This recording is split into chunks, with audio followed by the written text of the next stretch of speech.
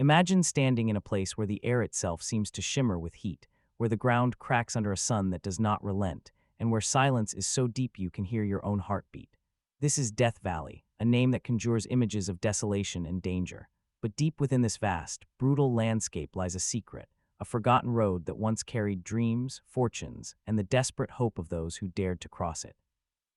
This is the story of that road, a path carved by necessity and abandoned by time, a ribbon of dust and stone that whispers of a wilder, more reckless chapter of American history.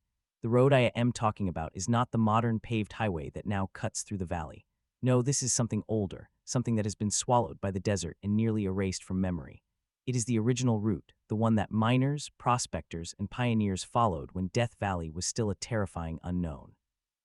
They called it the Old Spanish Trail in some places, but that is a name borrowed from a much earlier time. In truth, this road was born of greed and desperation in the 1850s, when word spread of gold and silver in the mountains that ring this unforgiving basin. Men left their homes, their families, and their reason behind, lured by the promise of riches that most would never find. To understand this forgotten road, you have to picture Death Valley as it was before it became a national park, before the gift shops and the visitor centers and the paved overlooks. In the middle of the 19th century, this was a place that swallowed people whole. The name itself comes from a group of 49ers, lost in the winter of 1849, who struggled through the valley and emerged barely alive. As they climbed out of the furnace, one of them looked back and said, "Goodbye, Death Valley." The name stuck, and it was no exaggeration. The valley floor is the lowest point in North America, 282 feet below sea level. The surrounding peaks rise to over 11,000 feet. The temperature in summer can exceed 130 degrees Fahrenheit. Water is almost non-existent. The ground is a mosaic of salt flats, jagged rocks, and shifting sand dunes. It is a place that does not welcome visitors, but the road through this valley was not built by tourists. It was built by hard men with calloused hands and empty pockets. They were miners who had heard of the silver strikes in the Panamint Mountains, and they needed a way to bring their ore to the outside world. So they carved a route across the valley floor, following ancient washouts and animal trails, connecting a few precious water holes that made survival barely possible. The road was nothing more than a pair of wheel ruts in the hardpan, often disappearing under flash floods or drifting sand. But it was a lifeline, and for a few brief decades, it was the main artery of a booming mining economy. One of the most famous stops along this forgotten road is a place called Furnace Creek. Today, Furnace Creek is a resort with a swimming pool and a golf course. Back then, it was just a small spring, a trickle of warm, salty water that kept men alive. The road led to the camp that grew up around the spring, a collection of tents and shacks where miners rested their mules and drank bad whiskey. From Furnace Creek, the road branched out to the mines in the hills, to the borax works that would later make Death Valley famous, and to the distant railheads where ore was shipped east. But the road itself was never easy. The journey from the nearest town, a place called Keeler on the edge of the Owens Lake, was 150 miles of pure misery. Wagons would start out loaded with supplies, food, water, timber for mine shafts. The mules would strain and sweat. The drivers would walk beside them, cursing the heat and the dust. Every trip was a gamble. If a wagon broke an axle, if the mules died of thirst, if the water gave out, the men would be stranded in a place where rescue was almost impossible. The road was littered with the bones of animals and the rusting hulks of abandoned wagons, silent monuments to the price of ambition. One of the most notorious sections of the road was a stretch called the Devil's Golf Course. Do not let the name fool you. There is no golf here. It is a vast field of rock salt, carved by wind and rain into sharp, jagged spires that can slice through a leather boot like a knife. The road had to cross this nightmare landscape, and the wagons would bounce and lurch over the salt crystals, shaking apart under the strain. Drivers would wrap their wheels in rags to try to cushion the blows, but it rarely helped. Many a loaded wagon was left behind, its cargo spilled across the salt, the driver trudging on foot toward the next waterhole, and then there were the people. The road through Death Valley attracted a certain kind of character, men and a few women who were willing to risk everything for a chance at something better. There was Shorty Harris, a legendary prospector who wandered the valley for decades, never striking it rich but never giving up. There was the mysterious Death Valley Scotty, a con man and showman who built a castle in the middle of nowhere. There were the Chinese laborers who worked in the borax mines, living in camps that were even more miserable than the white miners' quarters. There were the Shoshone people who had lived in the valley for centuries, who knew the location of every water hole and who watched the newcomers with a mixture of pity and contempt. The road was also the scene of tragedy. In the summer of 1859, a party of emigrants from the east took a wrong turn and ended up stuck on the valley floor. They had no water, no shade, and no idea which way to go. The road they had been following simply disappeared into a salt flat. They wandered for days, drinking the blood of their dying oxen, until only a handful crawled out of the valley. Their story became a cautionary tale, and the road gained a reputation as a place where hope went to die. But the road also had its moments of triumph. The borax industry that blossomed in the 1880s used this road to ship its product to the railroad. The borax wagons were pulled by teams of 20 mules, often 3 wagons in a row, a total load of over 40 tons. These were the famous 20-mule teams, and they became an icon of the American West. The road they traveled was the same forgotten road, and the drivers who handled those teams were some of the toughest men ever to hold reins. They would start before dawn to avoid the worst heat, and they would drive until dark, stopping only to rest the mules at the same water holes that had sustained travelers for centuries. The road was also a place of strange beauty. In the early morning, when the sun just touches the peaks of the Panamint Range, the salt flats glow pink and gold. The air is still cool, and the only sound is the faint creak of wagon wheels. The road stretches ahead, straight as a string across the valley floor, aiming for a gap in the mountains that seems impossible to reach. There is a feeling of being completely alone, of being a tiny speck in an immense and indifferent world. Many travelers recorded that sensation in their diaries, a mix of awe and fear, a realization that they were at the mercy of forces far greater than themselves. As the years passed, the road began to fade. The railroads reached closer to the valley, and then the automobile came. The old wagon tracks were replaced by graded dirt roads and then by pavement. The forgotten road was no longer the main route. It became a side track, a memory, a curiosity for the occasional adventurer. The mines played out, the towns were abandoned, and the road fell into disrepair. Today, most of it is gone, buried under sand and salt, or washed away by flash floods, but traces remain if you know where to look. A few old ruts, a scatter of rusted tools, a crumbling stone furnace where ore was once processed. The road is still there, hidden in plain sight, waiting for someone to remember, and that is what we are doing now. We are going to follow that forgotten road, mile by mile, from its start in the Owens Valley to its end somewhere in the desert beyond Death Valley. We will meet the ghosts of the people who traveled it, and we will try to understand why they came and what they left behind. This is not a history book. This is a journey into the heart of a place that has always been a test, a trial, a crucible for the human spirit. The road is forgotten, but it is not silent. It speaks in the whisper of the wind across the salt, in the creak of an old wagon wheel that has been still for 100 years, in the memory of water that no longer flows. So come with me. Let us step out of our comfortable world and into the furnace. Let us walk the forgotten road through Death Valley and see what we find. The sun is rising, the heat is building, and the road is calling. The road does not begin with a sign or a gate. It begins with a memory, a trace on the ground that could be mistaken for a dry creek bed or a game trail if you are not paying attention. Just outside the ghost town of Keeler, California, where the last train left more than 60 years ago, and the only residents are the wind and a few stubborn souls who refuse to leave, there is a faint scar in the earth. It runs south, straight toward the ragged line of the Inyo Mountains, and then it disappears into a canyon that looks like a wound in the mountain's side. That scar is the beginning of the forgotten road, and if you follow it, you will walk into a story that has been waiting to be told. Keeler itself was a railroad town. It was the end of the line, the place where ore from the mines was loaded onto trains and shipped to the smelters in the east. In its heyday, Keeler had a hotel, a saloon, a school, and a population of nearly 1,000 people. Today, the school is a boarded-up shell, the hotel is a pile of bricks, and the saloon is a memory kept alive by a few old photographs in the local museum. The railroad tracks are gone, pulled up for scrap during the Second World War.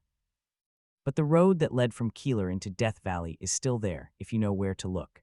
It starts at the edge of town, where the pavement ends and the dust begins, and it winds its way up into the hills. The first few miles are deceptively easy. The road follows an old wagon route that was improved in the early 20th century for automobiles, so the grade is gentle and the surface is packed gravel. You can drive a high-clearance vehicle along this stretch without too much trouble, and the scenery is spectacular.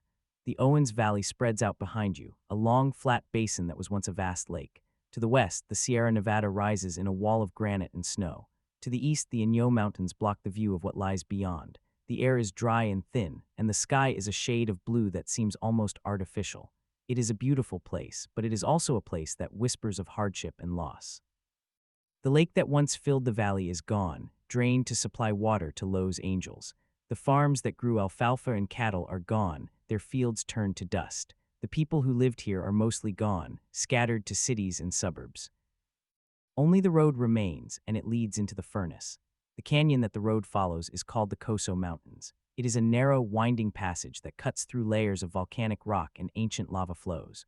The walls are striped with colors, reds and blacks and yellows, the result of centuries of mineral deposits and hydrothermal activity.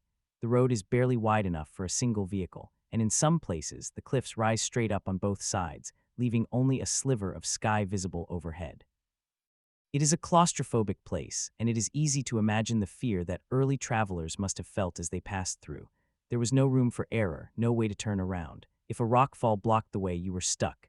If a flash flood came roaring down the canyon, you would be swept away. Every turn in the road was a gamble, and the odds were never in your favor.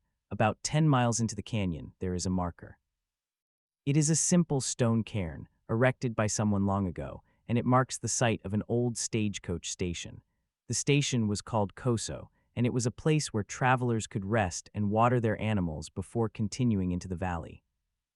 The station was built of adobe and stone, and it had a single room with a dirt floor and a fireplace. The roof was made of juniper logs covered with mud, and it leaked whenever it rained, which was not often. The station keeper was a man named Tom Wilson, who had been a prospector before he took the job. He was a wiry, sunburned man with a missing finger and a habit of talking to himself. He lived alone, except for a pair of mules and a dog that was half wolf. His job was to keep the station supplied with water and firewood, and to offer shelter to anyone who came through.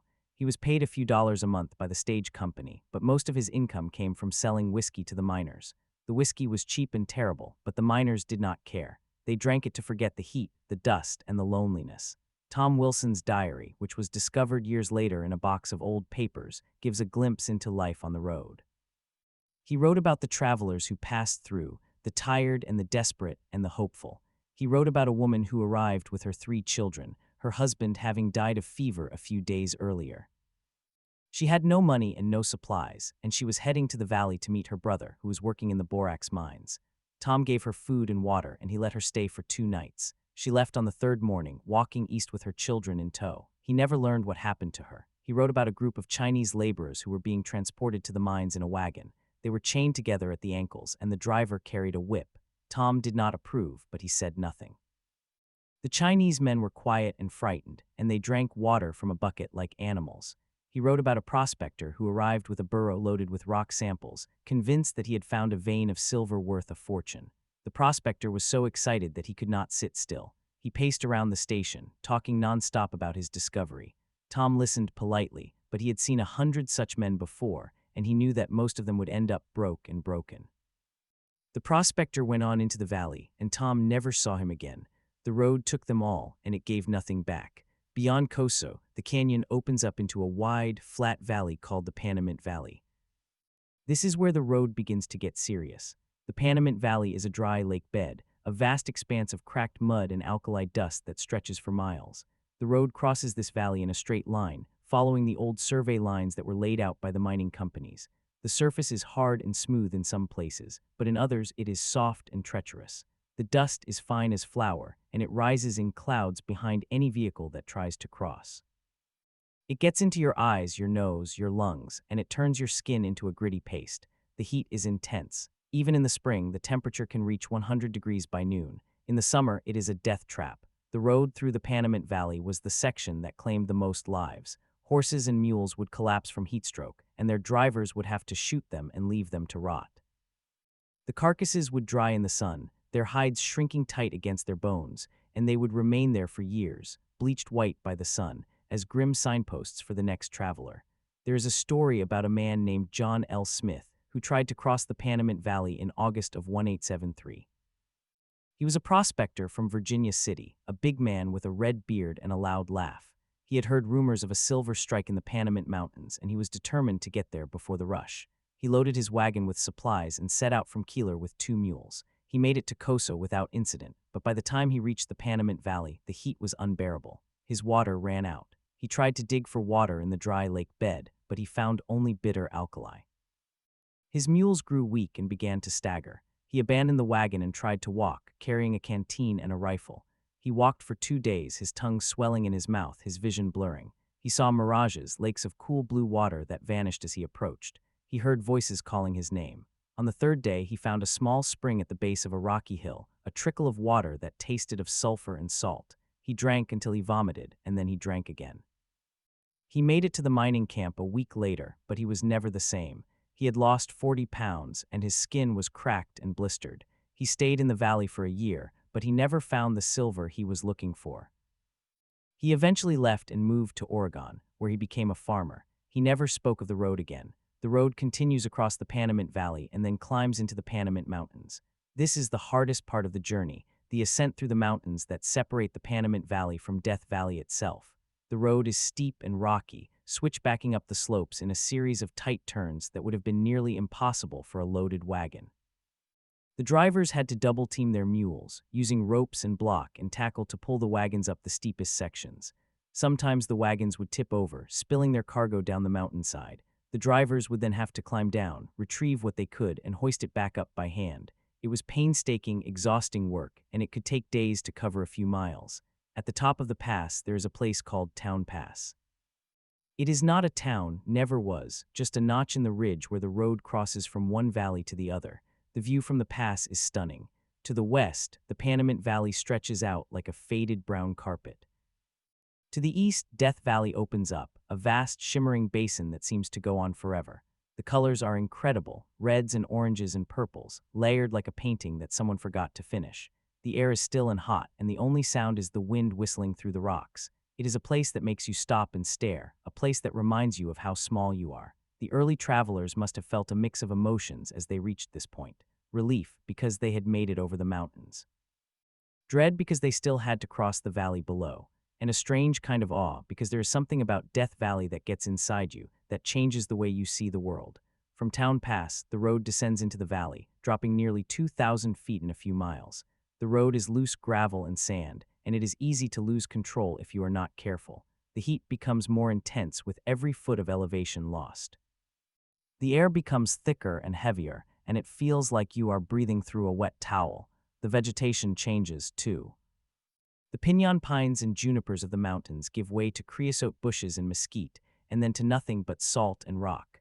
The road winds down the alluvial fan, crossing dry washes that can turn into raging rivers in a matter of minutes after a rainstorm. The rain is rare in Death Valley, but when it comes, it is violent. The water pours off the mountains in sheets, carving new channels and erasing old ones. The road is constantly being reshaped, and the travelers who used it knew that they could not rely on any map. They had to read the land to look for the telltale signs of a washout or a landslide. The road was alive, and it demanded your full attention. At the bottom of the descent, the road enters the valley floor. This is the heart of Death Valley, the place where the temperature soars and the water disappears. The road runs along the base of the Panamint Range, heading south toward Furnace Creek.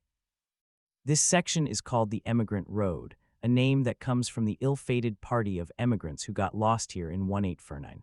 They were heading for California, looking for a shortcut to the gold fields, and they stumbled into Death Valley by mistake. They were a group of about 30 people, men, women, and children, with wagons and oxen and a few horses. They had been following a route that was supposed to take them through the mountains, but they missed a turn and ended up in the valley.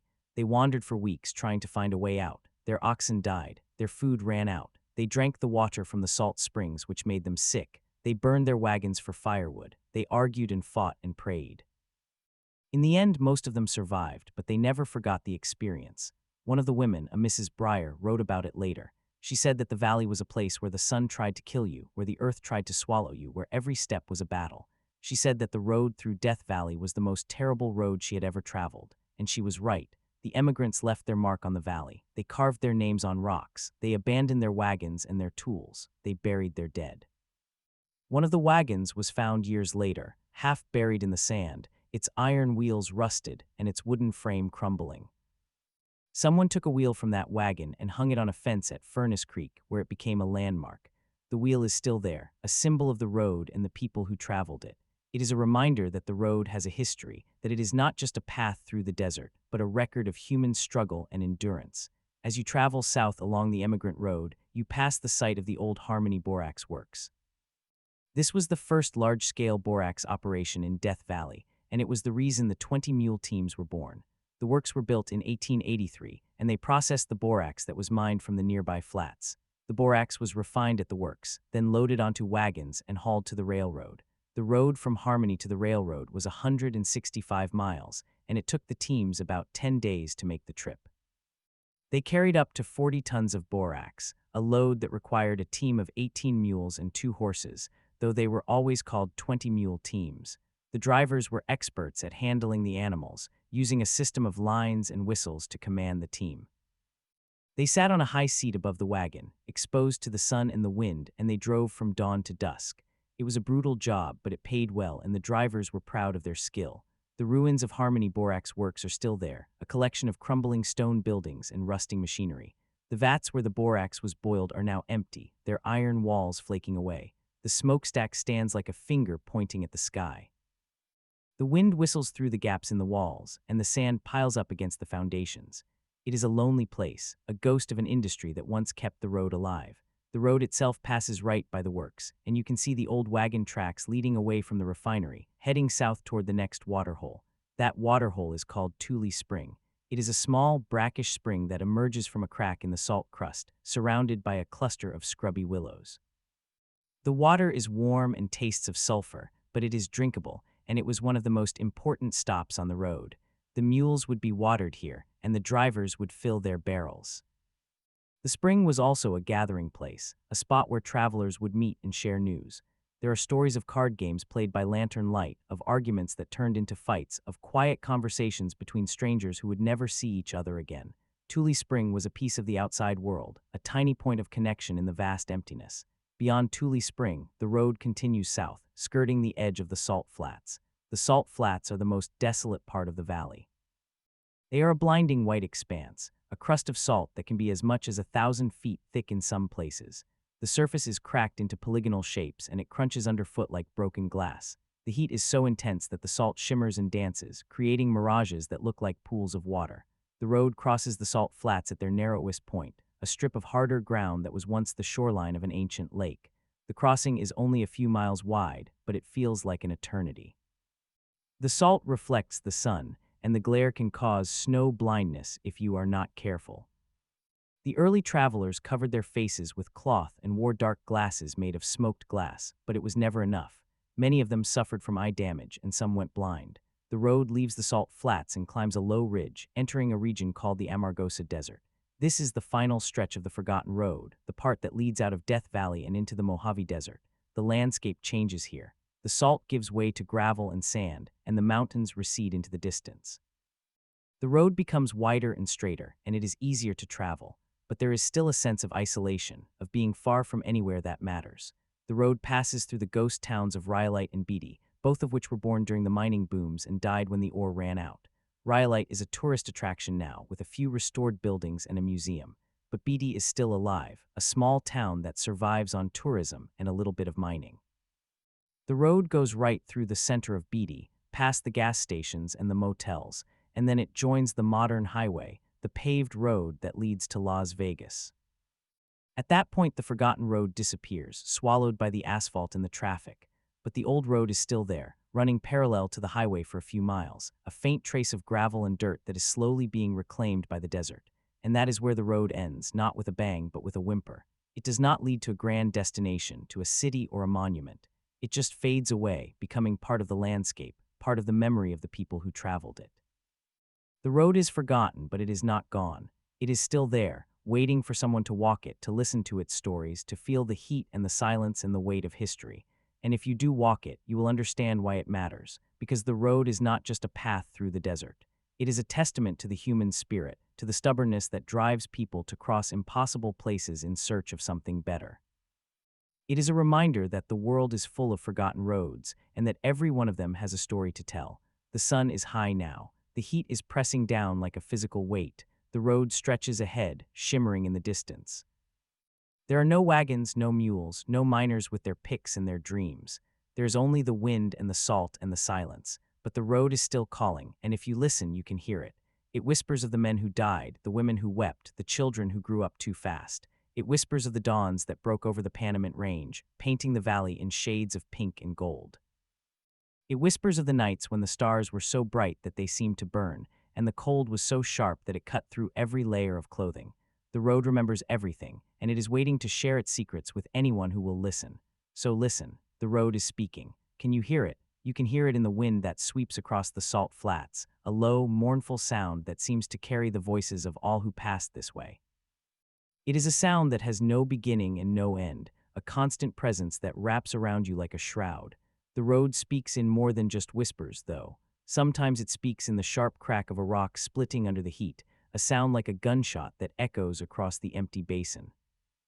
Sometimes it speaks in the soft hiss of sand shifting, a sound so faint that you might mistake it for your own breathing. But if you stand still long enough, if you let the silence settle into your bones, the road will tell you its stories. And those stories are not just about the famous ones, the pioneers and the prospectors and the mule skinners. They are about the ordinary people, the ones whose names have been lost to time, the ones who walked the road and left no mark except the memory of their passing. Take the story of a man named William Manley, for instance. He was not a miner or a teamster. He was a farmer from Wisconsin, a man of modest means and quiet determination. He came to Death Valley in 1849 with a party of 49ers who had taken the wrong turn, the fateful decision that led them into the valley. Manley was one of the few who survived, and he later became a guide, leading others across the same terrible ground. But it was his account of the journey that has endured, a written record of suffering and survival that reads like a fever dream. He described the water as scarce and foul, the heat as a hammer that pounded on the skull, the nights as cold and black as a grave. He wrote of a young woman in his party who died of thirst, her body left behind in a shallow grave marked only by a pile of stones. He wrote of men who went mad, who saw green fields and flowing rivers in the distance and ran toward them, only to collapse in the salt. And he wrote of the road itself, a ribbon of despair that stretched from one horizon to the other, a path that seemed to lead nowhere but to pain. But Manley also wrote of the moments of grace that appeared when least expected. There was the time he found a small spring, barely a trickle, hidden beneath a rock. The water was warm and bitter, but it saved his life. There was the time he met a group of Paiute Indians, women and children who gave him a piece of dried meat and a handful of seeds, then pointed toward the distant mountains, indicating the way out. Manley never forgot that kindness. He wrote about it with tears in his eyes years later, when he was an old man recounting the tale to a journalist. The road had taught him something, he said. It had taught him that even in the worst of times, there is still goodness in the world. That is the road's secret, the lesson it whispers to those who listen. And then there are the stories of the children. The emigrant parties included families, whole families who walked the road together. The children carried what they could, sometimes just a small bundle of clothing, sometimes a doll or a toy that was their only comfort. One little girl, Sarah, was only 6 years old when her family attempted the crossing. She remembered the heat as a burning blanket that wrapped around her, the salt that cut her feet, the constant thirst that made her tongue feel like a piece of leather. She remembered her mother crying, her father praying, her older brother collapsing and never getting up again. But Sarah survived. She grew up to become a schoolteacher in California, and she wrote a memoir of her childhood journey. In it, she described the road as a monster, a great serpent that swallowed people whole. But she also described the beauty of the night sky, the stars that seemed so close she could reach up and touch them. She said that the road was the hardest thing she ever did, but it was also the thing that made her strong. She never forgot the road, and she never stopped talking about it. It was a part of her, a scar that she carried with pride. The road also has its lighter moments, if you can call them that. There is the story of a man named Jim who claimed to have found gold on the salt flats, a nugget as big as a hen's egg. He ran back to the wagon train, shouting and waving the nugget, creating a frenzy of excitement. The whole party scattered, searching for more gold, but they found nothing. The nugget turned out to be a piece of copper that had fallen from a broken tool. Jim was laughed at for years, but he never seemed to mind. He said that for one brief moment, he had felt like the richest man in the world, and that was worth more than any real gold. The road gave him that moment, and he treasured it. As the years passed, the road changed. The massive 20-mule teams that had once thundered across the valley gave way to trucks and automobiles. The borax industry declined, and the mines closed one by one. The road became a quiet backwater, a place where only the most adventurous travelers bothered to go. In the 193's rows, the Civilian Conservation Corps built a few roads and trails through the valley, but the old emigrant road remained mostly untouched. It was a relic, a ghost road, a line on a map that few people ever saw. The National Park Service took over management of Death Valley in 1933, and they designated the old road as a historic site, but they did little to preserve it. The desert continued to reclaim it, covering the tracks with sand, eroding the ruts, pulling down the old signs. The road became a forgotten thing, a secret known only to the few who sought it out. But those who did seek it out found something remarkable. They found a place where time seemed to stop, where the past was still alive in the dust and the silence. They found the wagon wheels half buried in the sand, the rusted cans and broken bottles, the names carved into rocks that had been there for over a century. They found the graves, the simple mounds of stones that marked where someone had fallen and been left behind. Some of the graves had wooden markers, now weathered and illegible. Others had nothing but a pile of rocks and the memory of a life cut short. The road was a cemetery, a museum, a monument to human endurance. One of the most poignant sights along the forgotten road is a place called the Charcoal Kilns, though they are not directly on the emigrant road but in the nearby mountains. The kilns were built to produce charcoal for the mining operations, and they stand today as massive beehive-shaped stone structures, dark and silent in the pine forests. They were built by Chinese laborers in the 1870s, men who were brought in to do the hardest and most dangerous work. The kilns required constant tending, with men working in shifts around the clock, feeding the fires and hauling the charcoal. The heat inside the kilns was intense, and the work was brutal. Many of the workers died from accidents or from the toxic fumes. Their names are not recorded, their stories lost. But the kilns remain, a testament to their labor, a reminder that the road was not just a path for wagons and mules, but a network of lives and deaths, of sacrifice and toil. The road also has a connection to one of the most famous figures in Death Valley history, the desert rat Walter Scott, also known as Death Valley Scotty. Scotty was a prospector and a showman, a man who claimed to have found a secret gold mine in the valley. He built a lavish castle called Scotty's Castle in the Grapevine Mountains, a mansion that was actually financed by a wealthy Chicago businessman. Scotty was a larger-than-life character, a man who loved to tell tall tales and live large. He drove a fast car across the desert, he threw wild parties, and he became a legend. But the road he traveled was not the old emigrant road. It was a newer route that connected his castle to the outside world. Still, the old road was part of his story, too. He knew it well, and he used it as a shortcut when he needed to get to town quickly. He once said that the road was like an old friend, a companion that had seen him through many adventures. As you walk the forgotten road today, you can feel the presence of all these people. Their footprints are invisible, but their energy lingers. The road is a place where you can almost hear the creak of wagon wheels, the snap of a whip, the lowing of oxen.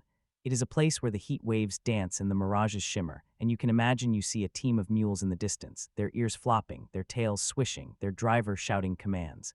The mirage is always just out of reach, always dissolving as you approach. That is the nature of the road. It offers visions, but it never lets you hold on to them. There is a particular section of the road, just south of the Harmony Borax Works, where the ruts are still deep and clear. They cut into the hardpan like scars, two parallel lines that run straight for miles. If you kneel down and touch them, the dirt feels warm, almost alive. You can imagine the countless wagons that passed over this spot, the iron tires grinding the earth, the heavy loads pressing down. The ruts are a record of weight and motion, of journeys that began and ended. They are the signature of the road, the mark it left on the world. And the road left a mark on the people too, not just the physical scars, the sunburned skin and the cracked lips, but something deeper. The road changed them. It stripped away their illusions and their pretensions, leaving behind only what was essential. It showed them the face of death, and it showed them the strength of life. The people who walked the road were never the same afterward. They carried the desert inside them, a dry and burning place that could flare up at any moment. Some of them became hermits, unable to live in the noise and clutter of civilization. Others became storytellers, passing on the tales of the road to anyone who would listen. The road made them poets in a way, poets of the rock and the salt and the sun. There is a story about a man named John, a miner who worked the borax fields in the 1890s. He was a quiet man, a loner who preferred the company of mules to people. He walked the road every day, from his claim to the refinery and back again. He knew every rock, every turn, every shadow. He could read the weather by the feel of the wind and the look of the sky. He never married, never had children, never left the valley. He died in his shack alone, and it was days before anyone found him. In his belongings, the men who found him discovered a journal filled with his thoughts. There were descriptions of sunsets and sunrises, of storms that swept across the valley, of the silence that was so deep it seemed to have a voice. There were sketches of the road, simple drawings done in pencil, showing the curve of the horizon and the line of the path. John had spent his life on the road, and the road had given him a kind of peace that most people never find. His journal was published years later, a small book with a worn cover, and it became a favorite among those who loved the desert. It was called The Road of Silence, and it captured the essence of the forgotten road better than any other account. That essence is hard to put into words. It is not just the heat or the dryness or the distance. It is the feeling of being utterly alone, of being a tiny speck in a vast and indifferent landscape. It is the awareness that you are walking on the same ground that others walked 100 years ago, and that they faced the same struggle, the same fear, the same hope. It is a connection across time, a thread that links you to the past. The road is a time machine of sorts, a way to travel back to an era when the world was bigger and more dangerous, when a person's survival depended on their own 2 feet and their own resolve. It is a humbling experience, and it is also a liberating one, because when you are on the forgotten road, you are free from the noise and the distractions of modern life. You are reduced to the basics: water, food, shelter, and the will to keep moving. The modern traveler can still walk the road, but it is not an easy thing. The National Park Service maintains a few sections of the old road as hiking trails, but much of it is still rough and unmarked. You need a good map, plenty of water, and a sense of adventure. The best time to walk is in the winter when the temperatures are bearable, but even then the cold can be biting at night. In the summer, the heat is lethal, and only the most foolhardy attempt it. Those who do walk the road often speak of a strange peace, a quiet that settles over them like a blessing. They speak of seeing stars so bright they seem to burn, of hearing the coyotes howl in the distance, of feeling the earth tremble with the weight of history. One of the most remarkable things about the Forgotten Road is that it is still here after all these years. It has not been paved over or developed. It has not been turned into a tourist attraction with souvenir shops and ice cream stands. It remains exactly what it was: a rough track through a harsh desert, a challenge to anyone who dares to travel it. The road is a living piece of history, a place where you can still touch the past with your own hands. You can pick up a piece of rusted iron that might have come from a wagon, or a shard of glass from a bottle that held water for a dying man. You can stand at the site of a camp and imagine the fire that once burned there, the faces lit by the flames, the voices raised in song or prayer or argument. And when you leave the road, when you return to the world of highways and cell phones and air conditioning, you carry something with you. It is a memory, a feeling, a piece of the desert that stays in your bones. You find yourself looking at maps of Death Valley, tracing the old route with your finger. You find yourself reading the accounts of the emigrants, the miners, the teamsters, feeling a kinship with them. You find yourself planning another trip, another chance to walk the road, to listen to its whispers, to feel its heat. The road has a way of calling you back, of drawing you into its story, of making you part of it. That is its power and its mystery. The forgotten road through Death Valley is not really forgotten. It is remembered by the earth, by the salt, by the wind. It is remembered by the few who have walked it, and it is remembered by the many who have only heard its tales. It is a road that exists in two worlds: the physical world of dust and rock, and the imaginary world of story and legend. To walk it is to step into both worlds at once, to become part of a narrative that stretches back more than a century and will stretch forward into the future, long after we are gone. The road will still be there, waiting for the next traveler, the next listener, the next soul brave enough to follow its path into the heart of the desert. And that traveler will hear the same whispers, see the same mirages, and learn the same lessons. The road never stops teaching, it never stops speaking, and it never stops calling. There is a man named David who walks the road every year, a ritual he began after his father died. His father had been a geologist, one of those men who saw the desert as a living thing, a body of stone and time. David inherited his father's maps and his curiosity, but more than that, he inherited a sense of obligation. He walks the road to remember not just his father, but all the fathers and mothers and children who came before, who passed through this place with nothing but hope and a few supplies. David starts his trek at the western edge, near the ghost town of Rhyolite, where the ruins of a bank and a train station still stand. He carries a pack with 30 pounds of water, a satellite phone, and a copy of his father's journal. The first day is always the hardest. The heat hits him like a physical blow, and the silence is so profound that he can hear his own heartbeat. But by the second day, something shifts. The road takes over. He stops thinking about the destination and starts feeling the rhythm of his steps, the way his boots meet the gravel, the way the dust rises and settles. He becomes part of the landscape, a moving point in a still painting. David tells a story about a night he spent in the middle of the road, far from any camp. He had stopped to rest, and he lay down on the hardpan, looking up at the sky. The stars were so dense that they seemed to form a solid white river, a milky way that poured across the blackness. He felt a breeze, cool and dry, and he heard a sound he could not identify. It was like a low hum, a vibration that came up through the ground and into his spine. He thought at first it was the wind, but the wind was still. He sat up and pressed his ear to the earth, and he heard it more clearly, a deep, resonant note like a giant cello playing a single chord. He stayed there for an hour, listening, and he realized that the road was singing. The sound was the friction of the earth moving, the heat expanding the rocks, the salt crystals settling. But to David, it was the voice of the road itself, a song that had been playing for millions of years. He wrote about it in his journal, and he says that now, whenever he feels lost, he can close his eyes and hear that hum. It grounds him, reminds him that he is part of something vast and ancient. There is another story, one that comes from a woman named Lucia who walked the road in the spring of 2021. She was a journalist sent to write a feature on the forgotten road for a travel magazine. She arrived with all the gear, a GPS device, a solar charger, a first aid kit. She was thorough, methodical, and she planned to walk only a 10-mile section. But something went wrong. Her GPS failed and she took a wrong turn. She ended up on a side canyon, a dry wash that led nowhere. She spent 3 hours trying to find her way back, and the sun was beginning to set. She was scared, genuinely scared, and she thought of all the stories of people who died in Death Valley, their bones bleached by the sun. But then she remembered what a ranger had told her. If you are lost, find the old road. It will lead you to water or to people. So she looked for the ruts, the faint lines in the earth that told of wagon traffic. She found them and she followed them. The road took her through a narrow pass and out onto a broad flat, where she saw a small stone marker, a cairn built by some traveler years ago. Next to it was a cache of water, plastic bottles wrapped in a tarp, left by a stranger for anyone who needed it. Lucia drank and she cried. She had never felt so grateful for a road. She finished her article and she ended it with a simple statement. The road is a lifeline. It is a thread that connects us to each other across time and space. These stories are not unique. There are hundreds, maybe thousands of such accounts.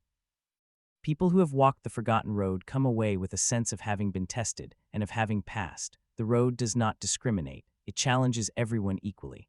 It does not care if you are rich or poor, educated or illiterate, young or old. It only cares if you have the will to keep moving. And that is why it remains such a powerful symbol. In a world that is increasingly divided, the road offers a common ground. It is a place where you can strip away all the labels and simply be a person, walking, breathing, enduring. The road does not judge. It only waits. There is a tradition among the Timbisha Shoshone, the indigenous people who have lived in Death Valley for centuries. They speak of the road as a path of the ancestors, a trail that the spirits walk at night. They say that if you listen carefully, you can hear the footsteps of the dead, the soft shuffle of moccasins on sand. They say that the road is a place where the veil between worlds is thin, where you might see a figure in the distance, a figure that disappears when you blink. The elders tell stories of travelers who met a woman in white, a ghostly figure who offered them water when they were thirsty. They say she is a protector, a guardian of the road, and that she has been there since the beginning.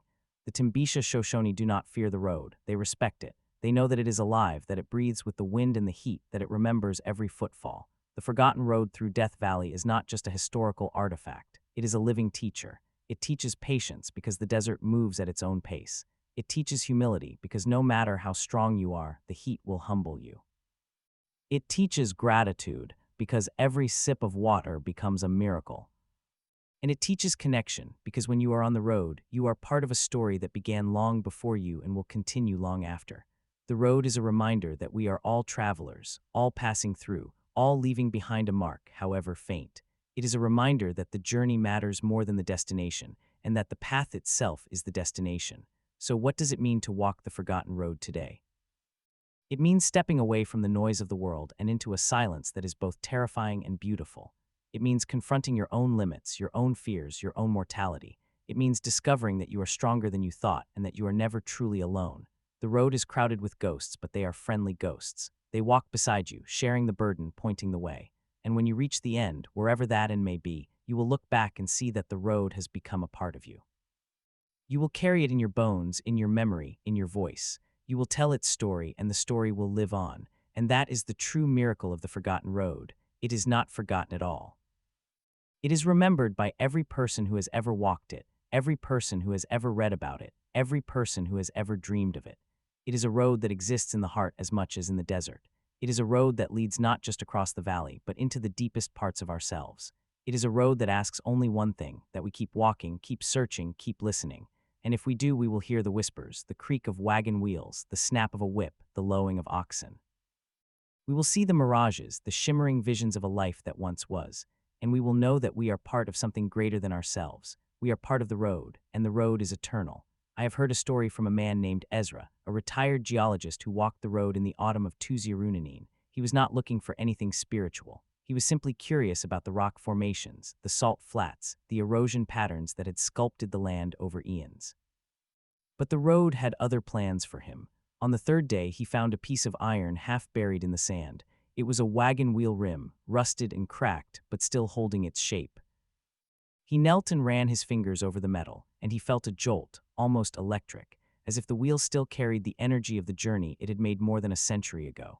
He sat there for a long time, thinking about the hands that had forged that rim, the oxen that had pulled it, the driver who had cursed and prayed and hoped. He realized that the road was a museum without walls, a gallery of relics that told the story of human endurance. Every stone, every shard of glass, every bone of a long-dead mule was a piece of that story. Ezra left the rim where it was because he understood that it belonged there, that it was part of the road's memory. He wrote later that the road had taught him something he had never learned in a classroom. That time is not a line, but a circle, and that all journeys are connected. There is also the account of a young couple, Maya and Tomas, who walked the road in 2022 as a test of their relationship. They had been together for 3 years, and they wanted to see if they could survive the desert together. They argued on the first day. They argued about water, about pace, about which direction to go when the road forked. By the second day, they were not speaking, but on the third night, they sat by a small fire and Tomas broke the silence. He admitted he was afraid, not of the desert, but of losing her. Maya listened and she nodded. She was afraid too. They held hands and they watched the stars. The road had stripped away their defenses, left them raw and honest. They finished the walk together and they said it was the hardest and the best thing they had ever done. They are still together, and they say that whenever life gets complicated, they remember the road.